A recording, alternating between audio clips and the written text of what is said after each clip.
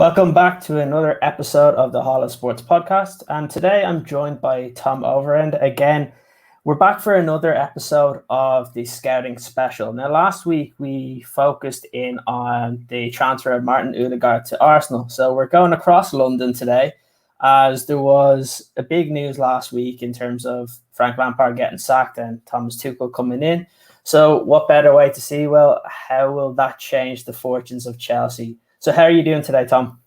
I'm good. I'm optimistic about my club for a first time in a little while. So I'm very happy.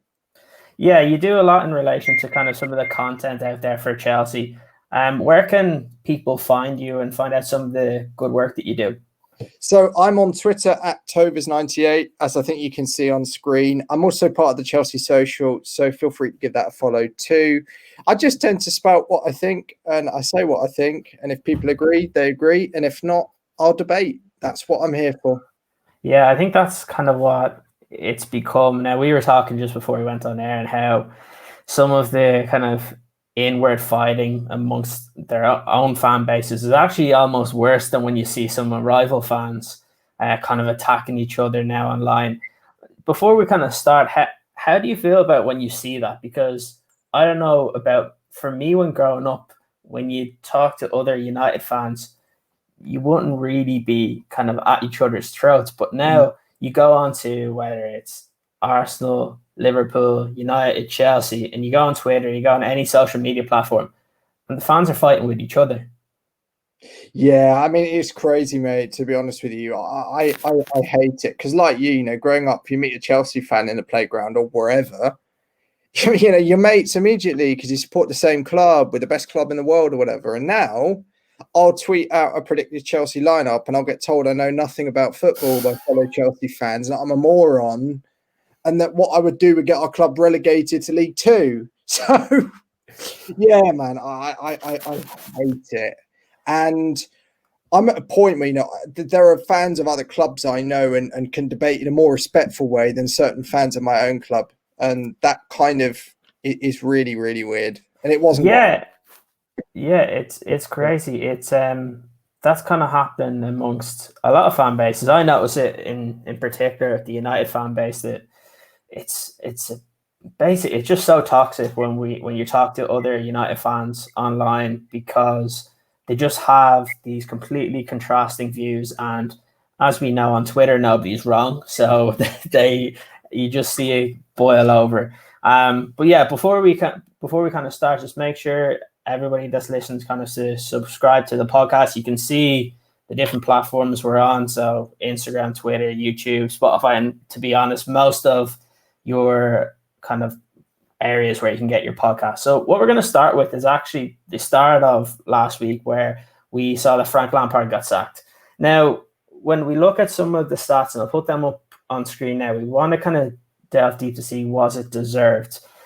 So in terms of the amount of points per game that Lampard had, so he was there for 84 games. He won 44, 15 draws, 25 losses, which kind of amounts to around 1.7 points per game, which with the squad, as when you look at the actual names there that Chelsea have, it's pretty poor, especially when you look at the managers that have come under Roman Abramovich, where it was the worst points per game under Roman Abramovich. Now, look, it's a pretty small sample size as well. It's less than 100 games. Do you think that the sacking was deserved this week, or do you think that maybe Chelsea should have bided a little bit more time and waited, or do you think that they were right in kind of being very gruesome and just getting rid of the manager as quick as possible?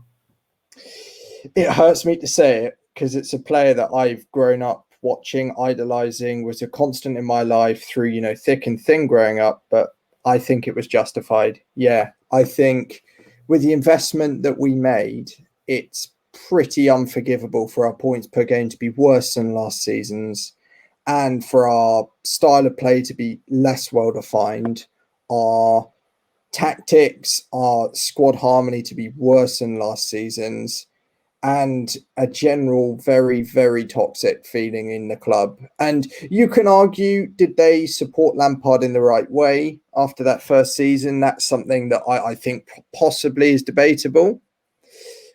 even then, I think I'd probably back the club. And for me, it was not going to get better. And the Leicester game was what proved it to me, although other performances prior to that had given me that thought in the back of my head.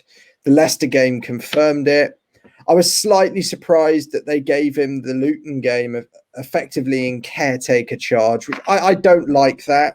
I can see why they did it. They didn't want to hire an interim and they wanted a manager sorted.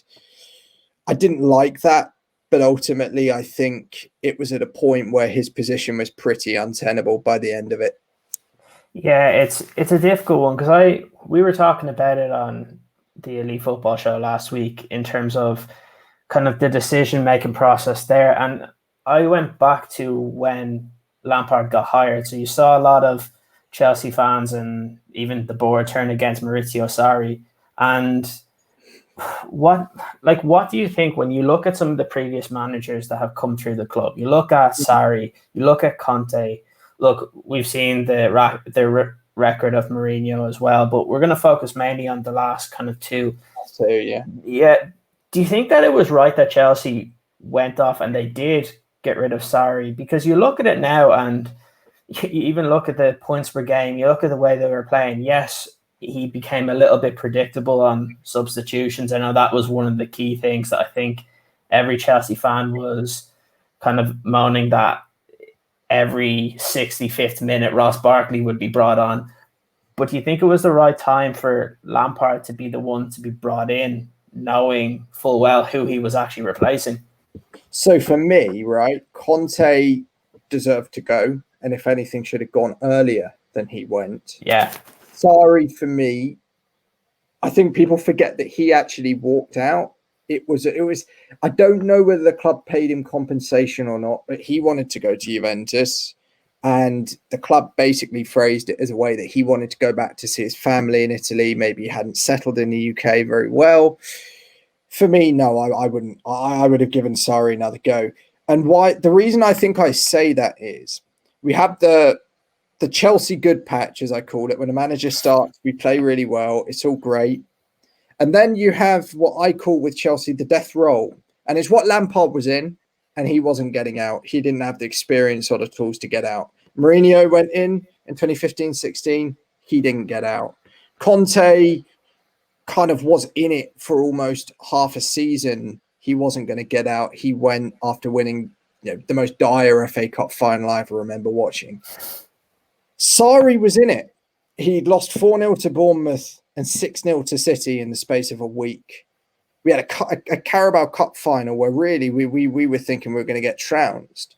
He comes back, gets us top four, wins us the Europa League, and was at a point where I think he was getting ready to implement a second style on the club and a second wave of play. Whether with Hazard going, it was going to be as good as the first season, possibly not. But I don't think he lost a dressing room, because I think if he had, we would not have come back to win a Europa League. We'd have not come back to get top four. And we'd have not put in the fight we put in that Carabao Cup final game where Kepa suddenly thought he was Mr. Sarri and became the manager. So, no, instinctively, I was desperate for Sarri to carry on. And when we appointed Lampard, obviously everyone's happy that a club legend's back, but I was very frightened for him, because it's like I think I described it to a friend at the time. It's like a driver you know and love stepping up into the Formula One race course, but without the experience or tools to do it, and knowing that at any point they not only could lose, but also have their reputation smashed to bits.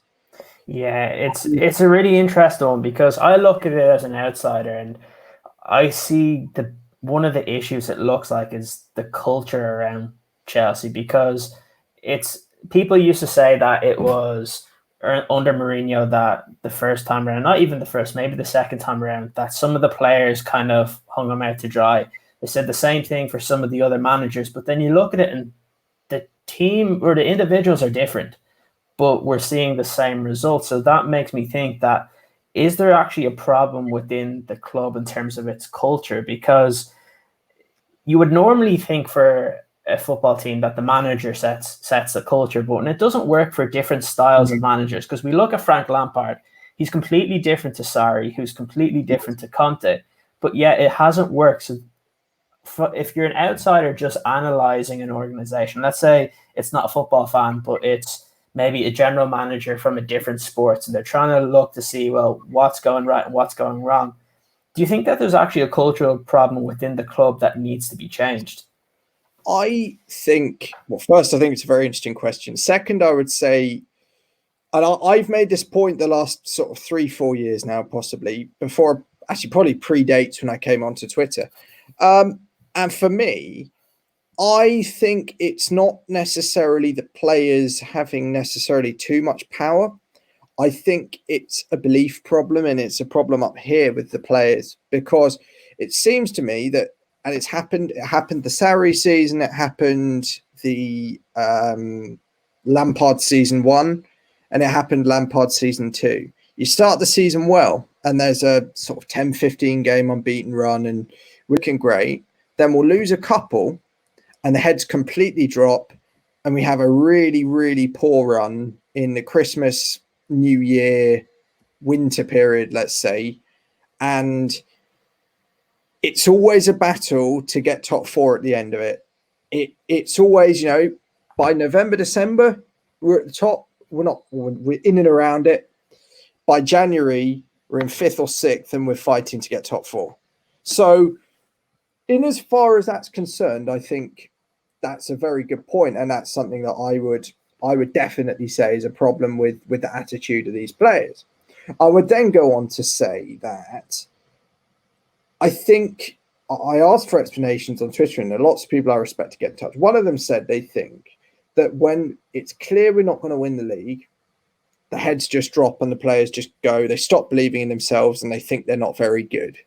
And I suppose that's true, but you would have to say it's in the remit of a top manager to, in the words of Jurgen Klopp, and I'm no fan of Jurgen Klopp, but he's like hell, he's a top manager, to turn doubters into believers. Conte did it in his first season. Again, I'm not even really Conte's biggest fan, but in his first season, Conte did exactly that. I was loving the man because he changed it up here. Mourinho first time, Mourinho second time, both exactly the same. Ancelotti, the same. Even Gus Hiddink the first time, the same. But the managers that can't do that or can't form a bond or a connection with the players at Chelsea will really, really struggle beyond a certain point with our club, I would suggest. Yeah, it's a big issue. Like, I look at it and I always compare different situations, and for me, I feel like the culture might not be so much just in the players, but it actually looks to be above the manager, where regardless of who comes in, that the manager isn't the one making every decision around the football club. And look, Manchester United had a lot of problems post-Ferguson around this area, where it seemed like there was too much power above the manager. But Ole Gunnar Solskjaer came in, and look, everybody knows he wasn't being brought in for the long term. He was there to get through the season, and then the odds-on favourite was that Pochettino would come in afterwards.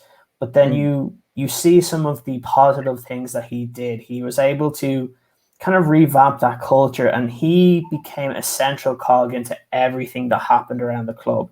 You look at the transfer policy, which has like completely shifted, the development of a lot of young players, which he put a lot of emphasis in. I think the problem for Lampard is he didn't get the opportunity to actually have that power where he was able to build a club around the system he wanted to play.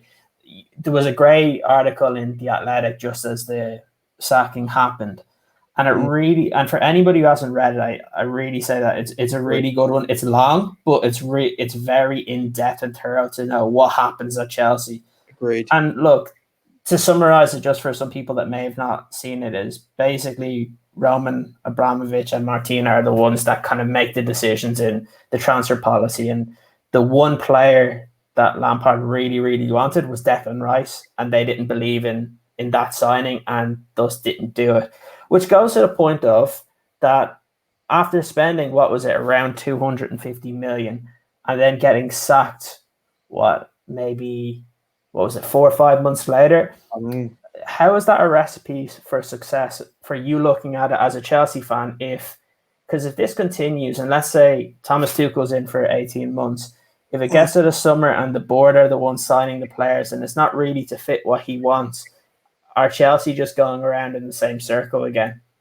I don't think so. No, this is an area where I will actually defend the board quite firmly. And the reason I will is because I think with the way that football is these days, and I don't want to say this as a kind of, I want it to be back to the good old days sort of vibe. Managers tend to have, and there are exceptions here, 2 to 3 season shelf lives. Generally, again, you can pick holes in that argument, but at most top clubs, a manager lasting more than 3 seasons is pretty rare. Pep and Klopp, for instance, are doing so well because they are succeeding well beyond that. And I think the way that the transfer strategy is done by Marina, Petr Cech, and sometimes it's overridden by Roman Abramovich, it means that there is a much longer term strategy at the football club. For instance, we sign players for beyond the spell of a certain manager. For instance, I remember it was kind of similar at Man United when they brought in Martial, and Van Gaal said, "Look, the manager that's going to get the most out of Martial was the manager after I leave." And the club, I think, accept that they need a structure where the head coach, and they always make sure it is head coach rather than manager, is somebody that's that is able to change. It's a manager. It's a revolving door, and that actually the manager doesn't really matter in terms of the club's transfer strategy, youth development strategy, and kind of general day-to-day running, aside from the first team coaching role that obviously they have and they can present a pretty unique stamp on. So I think it's an adaptation to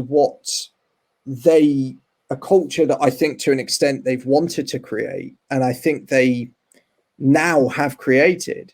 Now, I think the biggest mistake that Marina and Cech make is when they bring in managers that from day one want to override that culture. Antonio Conte being prime example of that. I mean, I know that Mourinho's second time was a special case where actually the club did appoint him as manager, in inverted commas, and then treated him like a head coach. And that was where the tension arose with the sort of rubbish signings that then came in. But the problem for the club is, or the good thing about the club is, they need a manager that is going to fit into that conception of their role. They haven't got that quite right in the sort of 10, 15 years that they've really had an image for what they want the club to be going forward. And that would be where I would actually defend it, because I think it's trying to adapt to modern football and what modern football is. And I can see that there will be fans that don't agree with me and that think that there should be a lot of loyalty, that a manager should have a lot more power. And that's completely fair. It works at certain clubs, Man City being a good example, Liverpool to an extent, United obviously under Ferguson. But those circumstances, in my view, are very rare. So that's kind of my stance on upstairs at Chelsea, effectively, and how I would set about actually defending them. Yeah, it's a very interesting thing. And kind of one of the points it kind of brings to is when you think of that strategy, and like in theory, I completely agree that is the way that you should be looking at things. And I've always said for Solskjaer at Manchester United that when he leaves, he'll leave a better team for the next manager than what he had being brought in. Again, there's always issues though when a manager doesn't have one of the key roles in recruitment, because the problem is if a player gets brought in that just does not fit the system, then a manager is more likely to get fired, or a head coach is going to get fired. And the problem is it goes back to this kind of player power to a certain extent. If players know if they're being brought in for future managers and they start having an issue with the head coach at the moment, so let's say if somebody gets brought in and let's say a new striker gets brought in, and then suddenly Werner doesn't want to play for Thomas Tuchel. That's where I think you start to see problems. And it's probably one of the effects that Chelsea do see by running their club in that way. The reason it worked well early on is because they had that core group of players together. So they had the Czech, they had Terry, Sen, Lampard, Drogba, and then they had all the flair players around, which they changed. Like you had, at some point, you had Damien Duffy, you had Robin, you had Eden Hazard, and you brought players in. And that makes sense. I think the problem right now Chelsea have is they actually don't have that core group of players. Like you look at that Chelsea team, and that Chelsea team can be completely different in 5 or 6 years' time.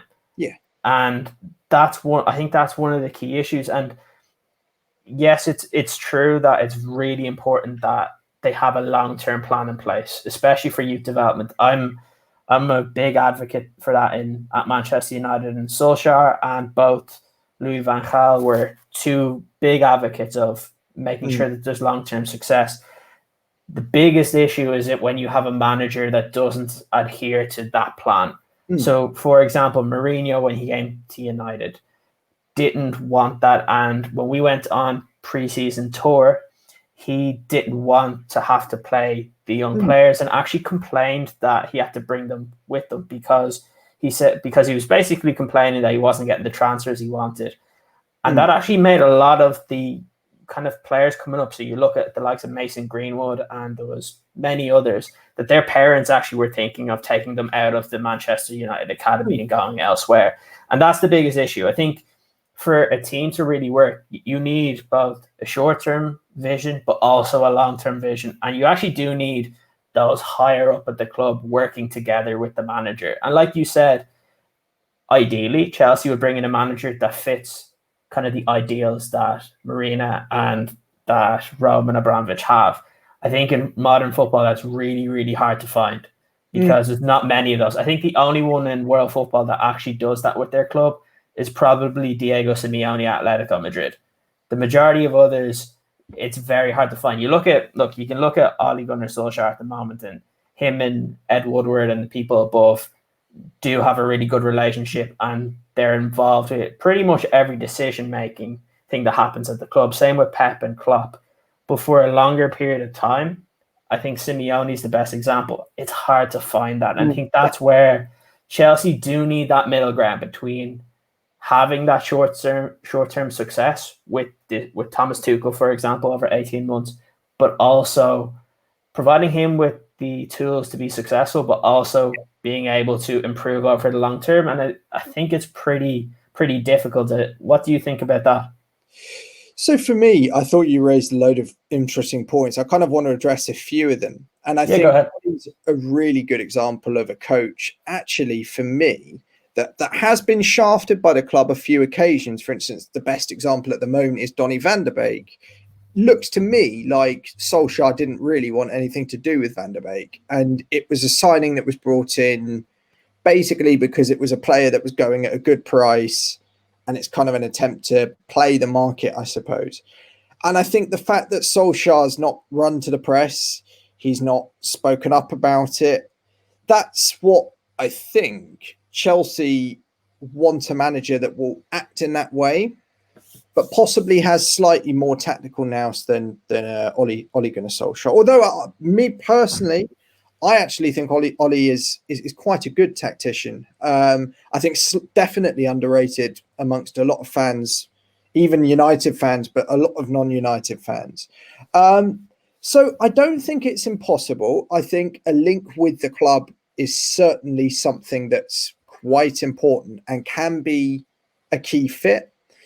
With Thomas Tuchel, from what I've seen, I was actually against his appointment. For me, it was a choice of two when Lampard got sacked, or beforehand, I was saying there were two I'd take. The first being Gus Hiddink till the end of the season, and then Julian Nagelsmann, which a lot of people might call short term, or a lot of people might call, oh, you're just hiring an interim, then another project that will go wrong or whatever. But I don't think it necessarily would have done with him.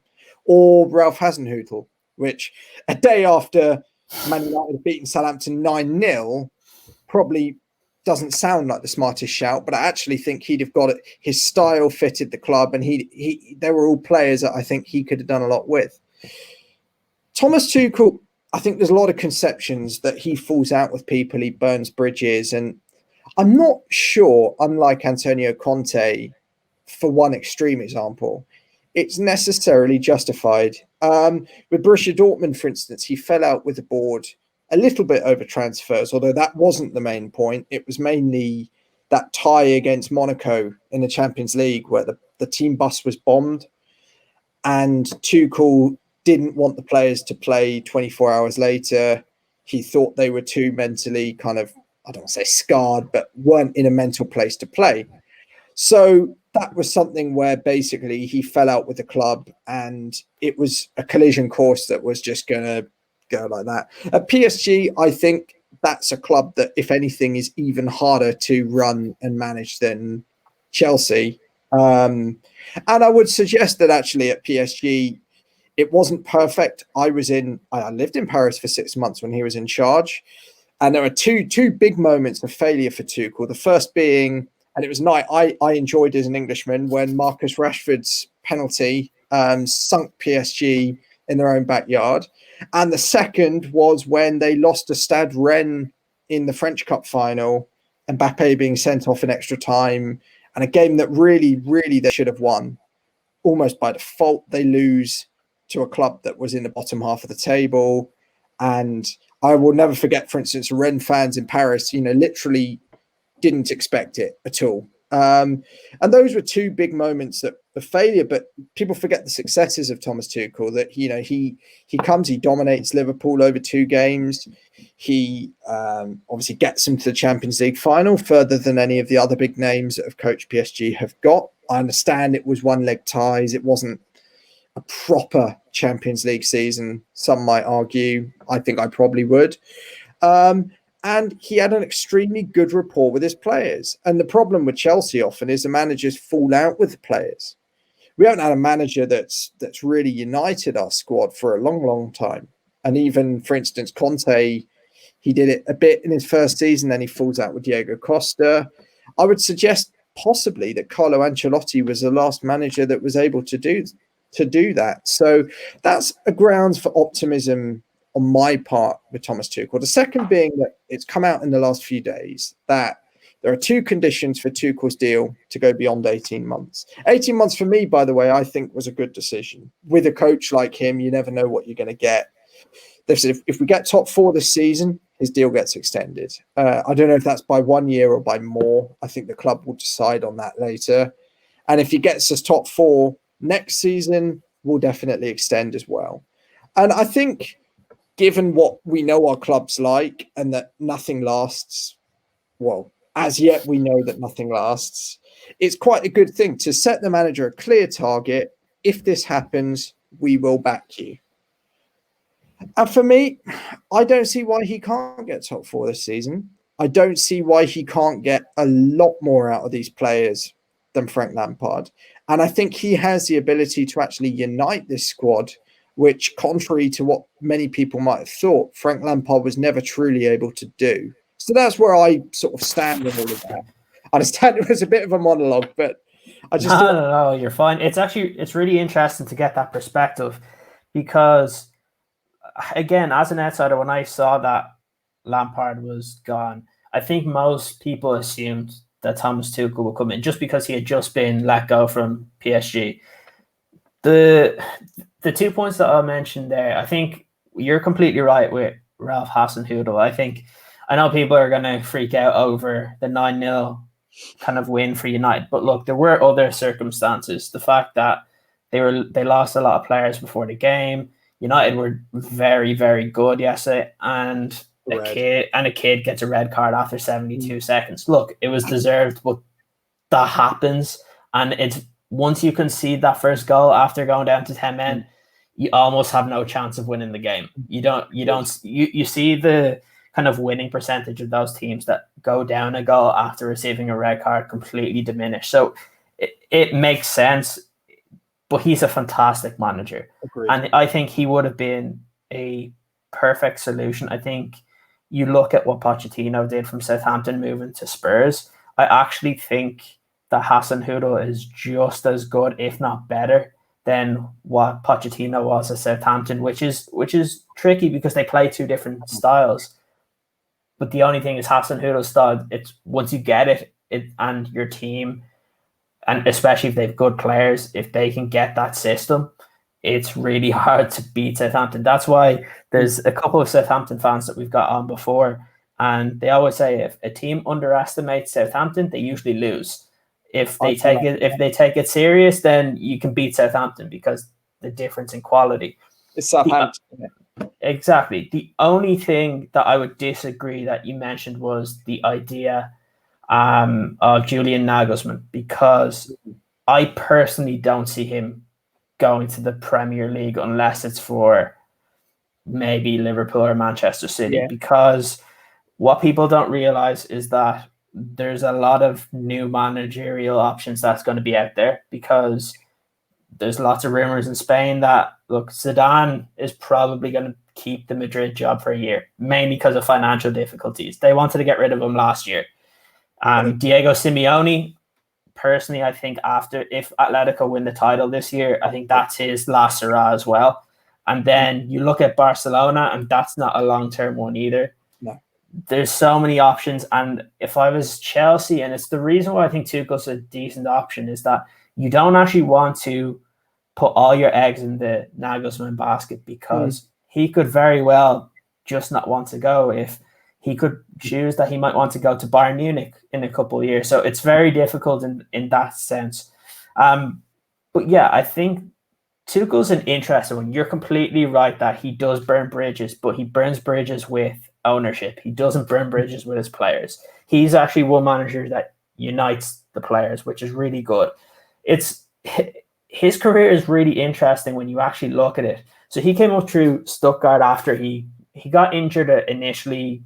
He got a trial, and then his injuries just became too bad. And what he did then was he coached under, I think it was 14s, 15s, 18s, and under 21s for Stuttgart before moving on.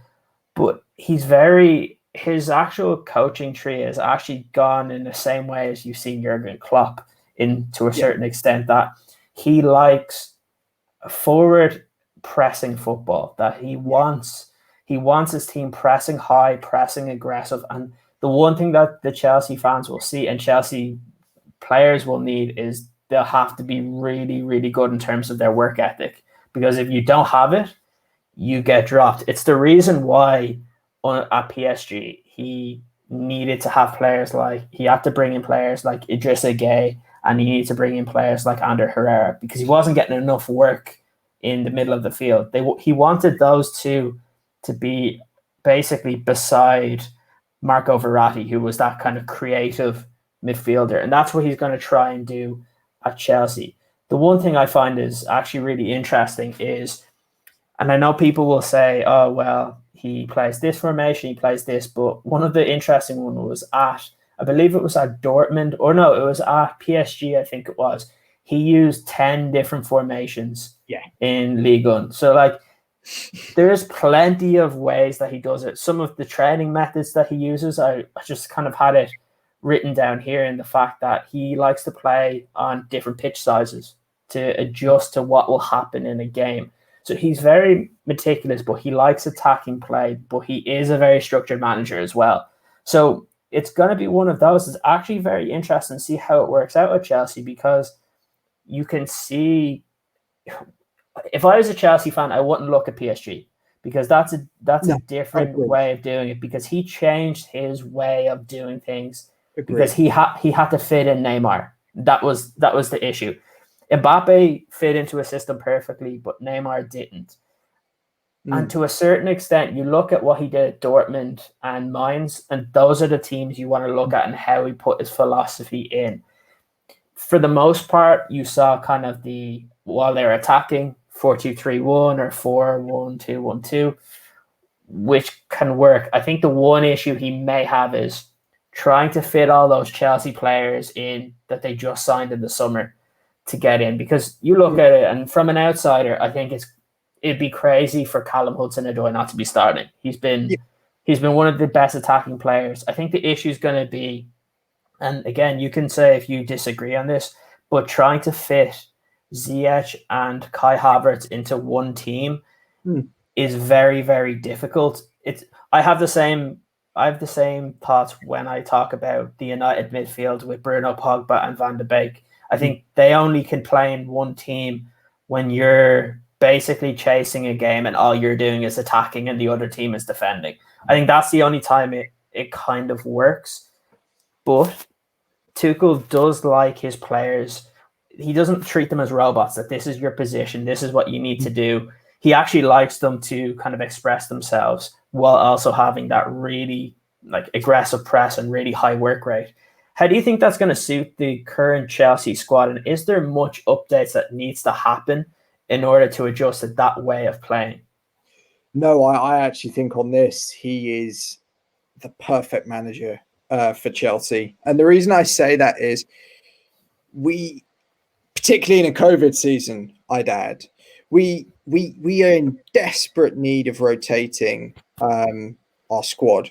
We have an issue that Maurizio Sarri came in and he famously said that Pep told him to manage in the Premier League, you need a pool of 14 players, your 11 that make your first team and your 3 substitutes. And they're the 14 you focus on. Mourinho, from what you've been saying at United, exactly the same.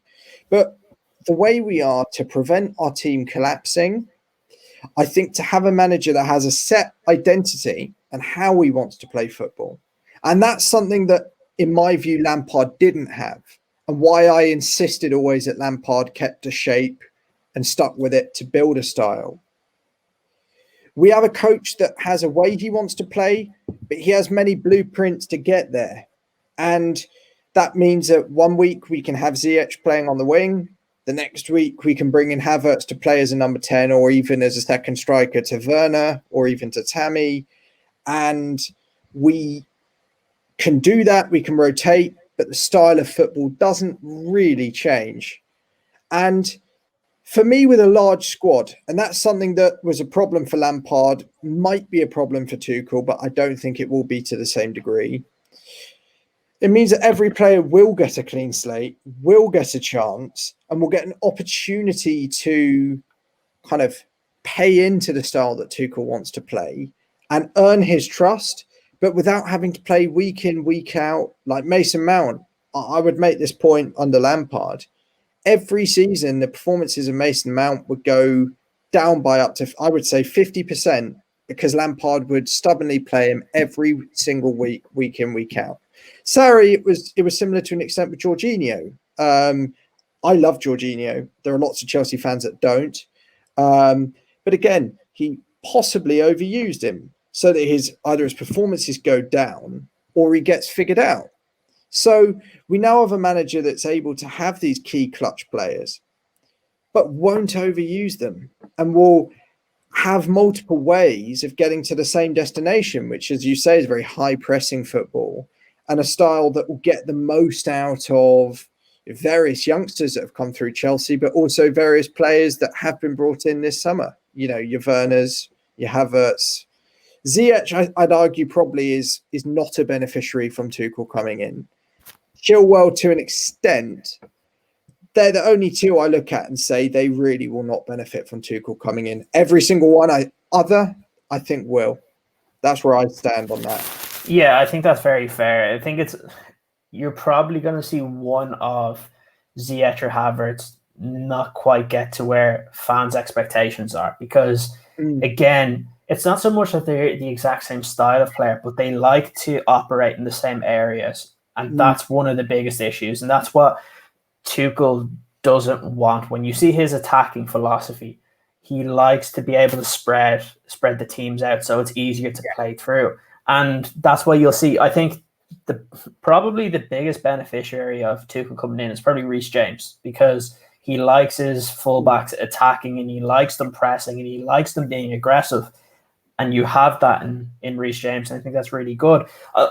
When you look at kind of an overview for anyone who hasn't been able to go through kind of what Tuchel's been like, there's a couple of ways that you can kind of sum up his kind of football philosophy. His first one, he's very versatile. So basically, like we mentioned, he has so many different attacking and defensive formations that he uses. And it's not so much the formation, but how they play within that formation. Mm-hmm. He wants his team to be able to adapt based on what the opposition is doing. So he's not so much one where it's just, we need to stop the opponent. So put in a low block, defend deeper, and soak up pressure and try and hit teams in the counter attack. He does like to press, but when he needs to change it up, he'll do that. So that kind of goes to the next point. And like, he likes to control the play and he likes to press. The last kind of thing is, I mentioned it earlier, is for the forwards. He likes innovation. He likes the players being able to express themselves, even though he will want them to play within the system. So it is a really interesting hire, and I think it's one that, if it works out in the short term, it could be one where you do see Tuchel be the manager for the next kind of 3 to 4 years. The biggest thing will be is if they have an okay season, because then you have to wonder what happens, because it's never a good thing for a manager to go into the last year of their deal. The same thing will happen at Manchester United. I'm pretty sure Solskjaer, either next year or the year after, will have 1 year left. I think it's next year. And it's never a good idea to have your manager kind of in that last year, because then players will see that. The other thing that you mentioned, and that you said that if he gets into the top 4, he would get an extension. I guess this is a good way to kind of to end it. Is, do you think the damage has been done already? Because you look at teams like United, City, and Liverpool, who are pretty far up the table and have been relatively consistent. Yes, they've had 2 to 3 games where they've kind of not been at their best, but then the next week you see them play really good football and they start getting back over it. Do you think that Chelsea have really put themselves in a hole to, or I think the best chance is probably aiming for that 4th spot? Do you agree or disagree with that? I agree with the majority of what you said. I don't think the damage has been done at all, actually. I think every Brendan Rodgers team that's ever graced the Premier League always falls off a cliff at a certain point, and the form goes like this. So I would definitely bank on us coming ahead of Leicester. And then there's a matter of looking at, say, Southampton have now gone down the table. Chelsea, you've got to remember, we're at the top of the table at the start of December. I understand we had like games in hand, or other teams had games in hand and all of that. But no, I think in this season of any, you've got a situation where, you know, normally by sort of early February, we'd be saying we're going into the run-in now almost. But now we've only just played over half the games. You've got Man United with the Europa League campaign. Again, I don't particularly think United's a good one to sort of aim at, because I think Solskjaer's getting a good tune out of the players. You've got Leicester with the Europa League campaign. You've got Tottenham with a Europa League campaign. And again, with Tottenham, they're falling now. They've had a really sort of poor run of form. Chelsea play Tottenham tomorrow or Thursday, might be today, depending on when the video comes out. So of those 3 teams, I definitely think that Chelsea can come above 2 of them. The 2 of them, the most likely 2 definitely not being United, because I think Solskjaer has always had a style and he's really, really finding that tune this season. And he, you know, another point worth making in comparisons, I think Man United, after this number of games last season, were at a similar margin of points behind the top 4, if not worse, than Chelsea are now. And I think if we hadn't got rid of Lampard, to be quite honest with you, I think top 4 would have been a very, very long shot. But with a new coach, a coach that I think will get a lot more out of these players than Frank, as much as, again, it hurts me to say it, I think we definitely have more than half a chance. I had a friend of mine who actually happens to support United saying, no way Chelsea get top 4. I couldn't disagree with that more. I think on balance, we've got, I'd go as high as to say about 55 to 65% chance we'll get top 4. And I say that, I understand we've had 2 games. People might call me reactionary with Tuchel and everything. But I have a feeling that there will be a run of games 5 to 10 games, we will really start to see a tune out of these players. I don't think it'll take too long under Tuchel to get to that destination. And that's why I'm very optimistic going forward. Yeah, look, you should be. It's not too far off when you look at the table, and I know Liverpool kind of still have that game in hand and they're on 40 points, but if they drop a game, you're really 6 points back from them. So there's definitely the opportunity. I think you're probably right. Towards the end of the season, Leicester tend to die off a little bit. And then if Liverpool suffer any more kind of injuries, even if they suffer an injury or two in the attack, that's also one to look at. But yeah, it's going to be a really interesting one. Like we've games every 3 days or so. So things can change within the space of 2 to 3 weeks. So yeah, it'll be a very interesting run in. So we'll end it there. And I just want to say thanks for joining me today, Tom. For anybody that wants to listen to the podcast again, you can subscribe on YouTube. Just look up the HallOfSportz podcast. We're on Spotify. We're on pretty much like Google Podcasts, Anchor, everywhere there. You can catch me on Twitter as well, the Ciaran Power Hall, or the podcast Twitter page as well.